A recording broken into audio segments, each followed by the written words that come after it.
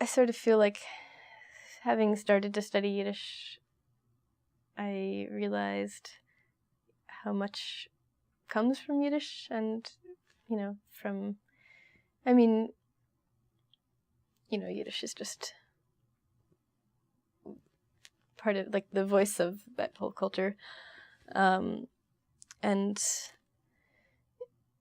I feel like when I started studying Yiddish, I was just interested in the language.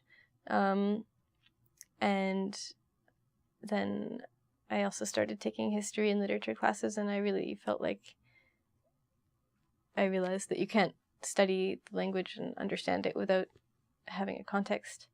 And it was like, wow, there's so much about Jewish life that I don't know. Like, in Hebrew school, they teach you biblical history, biblical times, and then they sort of skip to the Holocaust and Israel. And I didn't connect to that. I mean, the Holocaust is very sad and, awful, and it's an important history to learn.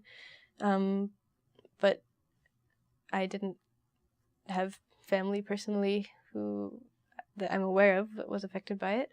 And I feel like, how do you understand the importance of Israel without having a context for this whole, thousands of years of history?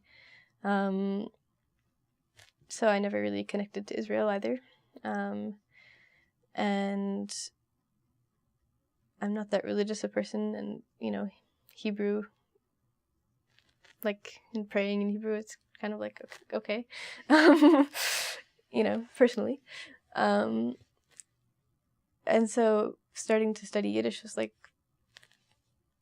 wow, like I sort of understand why certain things are funny.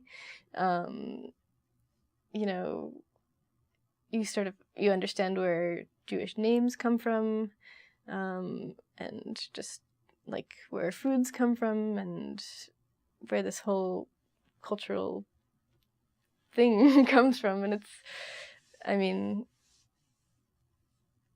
I felt like, I wasn't like, something is missing in my life and Yiddish is the answer, but it's like, I definitely feel like I have a much richer knowledge of being Jewish now that I've studied Yiddish, and I want to keep expanding that.